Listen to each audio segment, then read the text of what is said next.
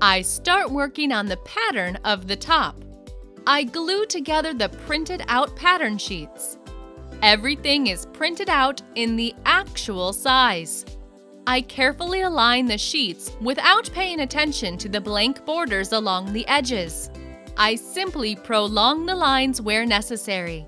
You can always refer to the help sheet, which shows the order for gluing these separate parts together. Please remember that seam allowances are not included. I start assembling the initial patterns of the front piece, the back piece, and the sleeve.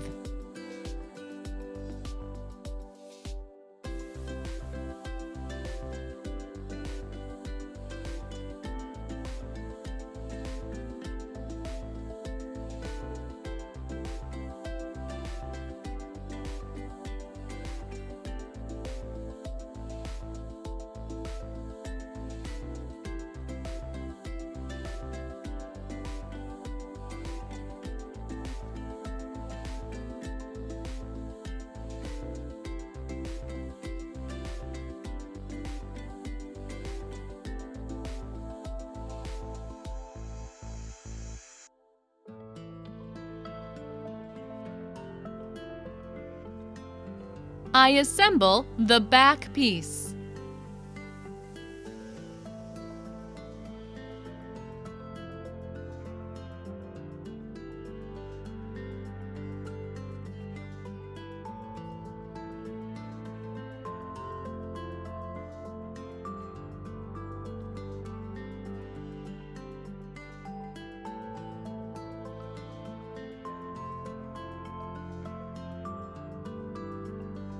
And I assembled the sleeve pattern.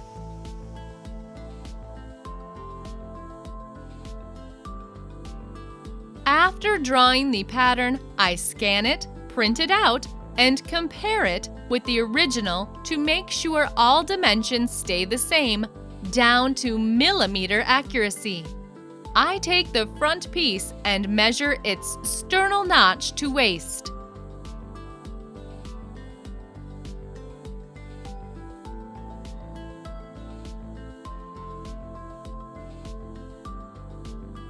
(36 centimeters)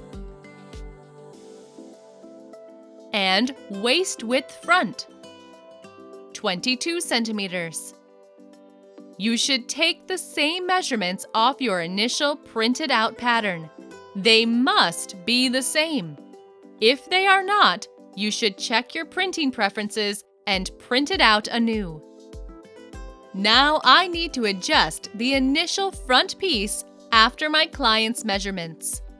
I mark her sternal notch to waist, 33 centimeters.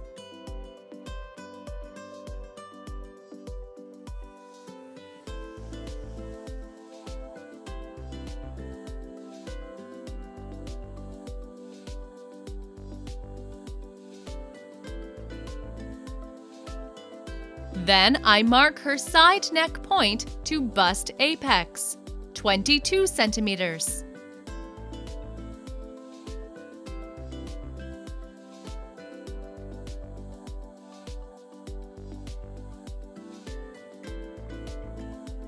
And I also mark her shoulder tip to bust apex, 21.5 centimeters.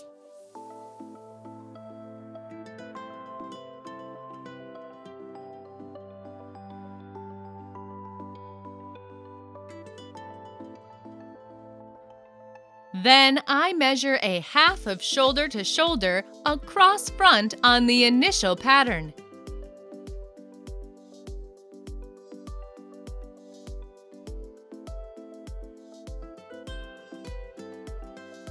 It is 17 centimeters.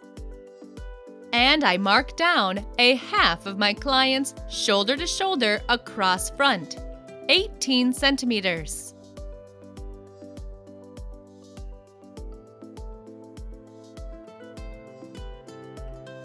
Then I mark 8.5 centimeters along the new shoulder line, starting from the outer point of shoulder to shoulder across front. It is my client's shoulder measurement. The new shoulder line can be drawn parallel to the initial one. This would not have been possible if I were sewing a corset and needed to ensure a very snug fit. This top with shoulder seams does not require a snug fit like that. Besides, I will need to add a little looseness along the vertical edges and along the circumference lines in any case. For this reason, I can safely draw the new shoulder line with the same incline as the old one. I redraw the shoulder line and mark 8.5 centimeters from the end of shoulder to shoulder across front.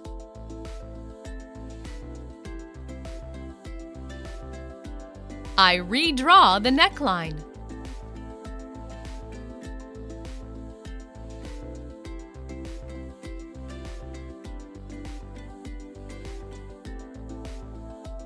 I mark a half of my client's mid-armhole width front, 16 centimeters. The resulting point basically falls upon the armscye line of the initial pattern. I redraw the armscye line. I measure the side length of the initial pattern.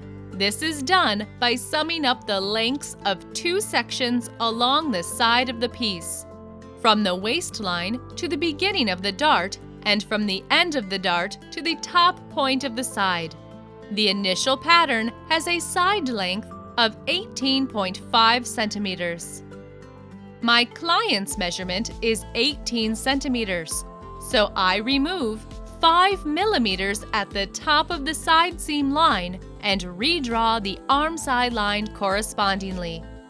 I decided to shorten the side seam line by another 1 centimeter because it is a summer top. In short, I remove a total of 1.5 centimeters from the initial side length to make the arm size more open.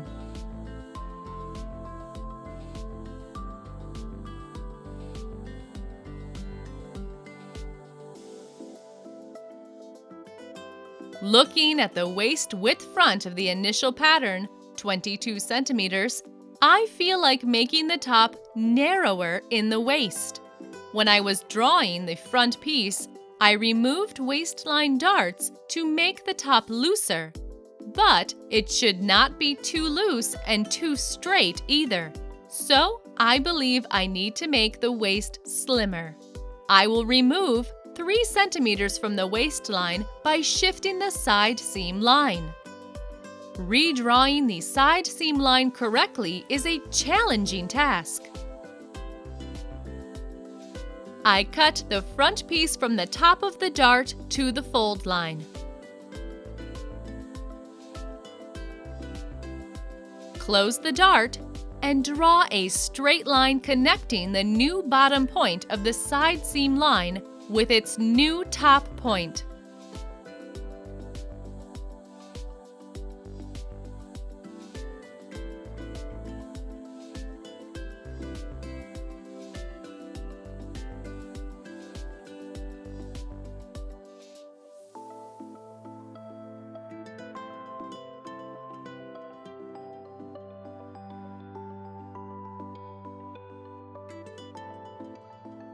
Then I return the dart in the initial position and get a new side seam line. There is one more thing I want to do. The bottom edge of the piece coincides with the waistline, but I want to place it 3 centimeters higher. I redraw it accordingly.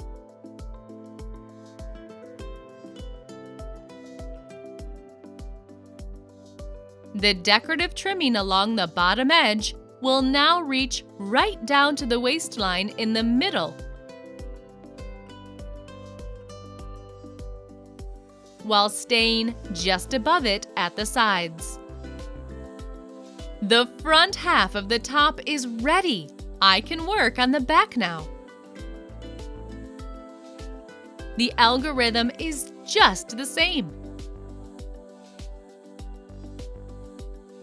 I shorten the side seam line by 1.5 centimeters straight away, as was done on the front piece.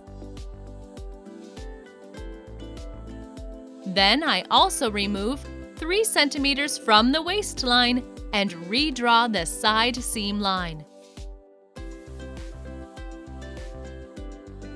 The bust circumference remains unchanged. I mark my client's center length back, 37 centimeters. It is 2.5 centimeters smaller than on the pattern. This means my client's torso is 2.5 centimeters shorter than average. The front piece was adjusted accordingly.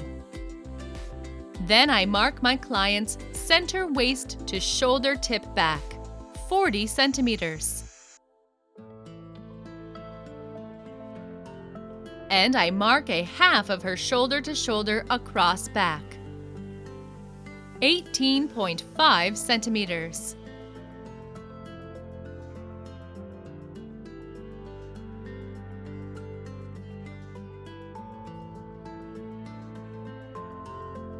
It is 5 millimeters larger than on the initial pattern, considering that center length back was made 2.5 centimeters shorter.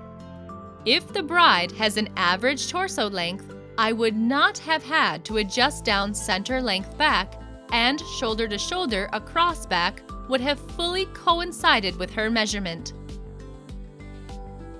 Since I want to preserve the initial incline of the shoulder line, I draw a new line parallel to it.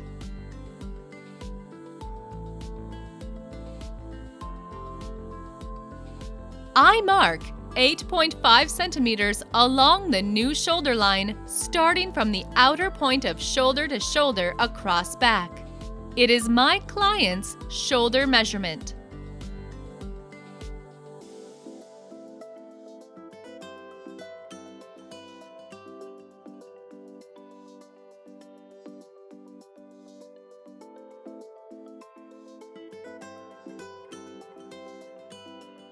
I mark a half of my client's mid-armhole width back, 15.5 centimeters.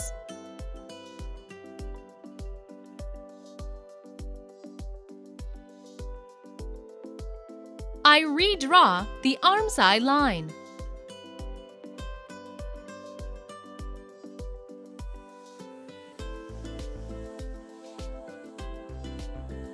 I must leave some looseness at the back of the top so the bride can move her arms freely and droop her shoulders.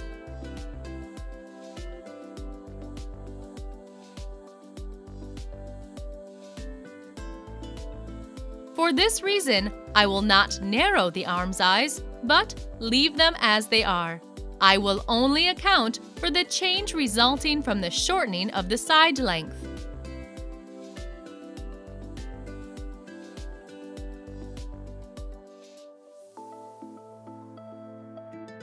I shift the bottom edge of the piece 3 centimeters higher the way I did on the front piece.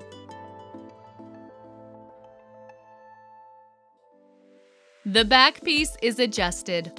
All I need to do now is compare the length of its armscye line with the length of the armscye line of the front piece. My client's armscye circumference is 42 centimeters. I measure the armscye line of the back piece.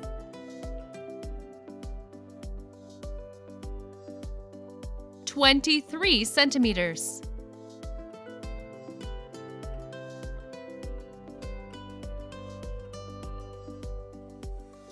And of the front piece.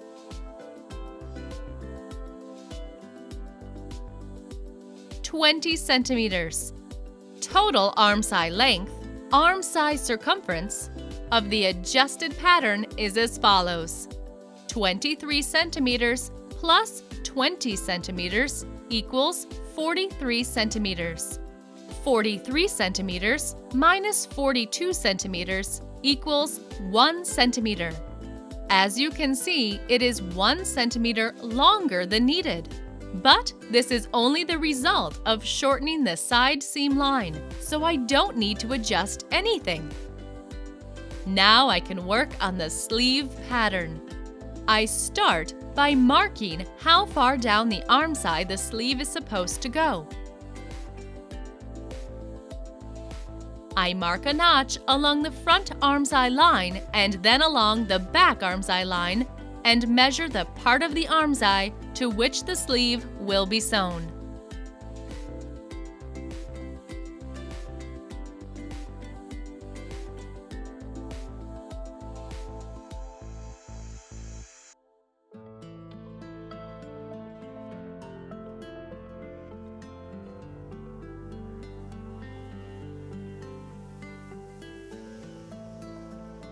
Then I mark the resulting length on the sleeve pattern starting from the shoulder seam notch. I hope you know that the smoother side is the back and the steeper side of the pattern is the front.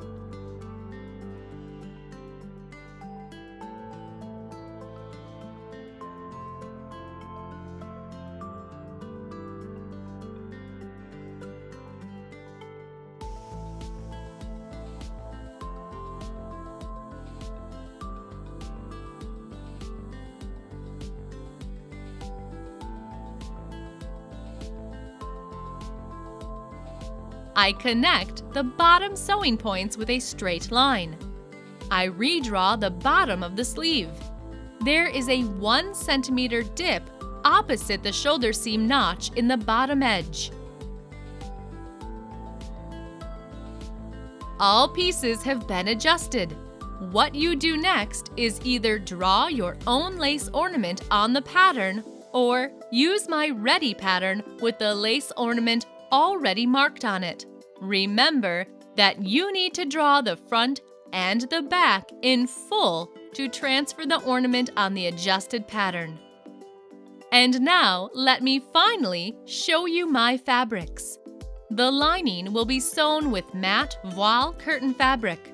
Synthetic chiffon or organza would also do. The main fabric will be crepe-back satin. I will use both the matte and the sheen side as the face. I measured the size of the ornament to define fabric consumption. It is 53 centimeters by 52 centimeters. I need 2 pieces of crepe-back satin and 1 piece of voile curtain fabric for either half of the top, i.e., for the front and for the back. Considering that my fabric has a width of 150 centimeters, I need to cut about 100 centimeters of crepe-back satin and 50 centimeters of voile curtain fabric. I will also use some carbage left after cutting a large full sweep skirt.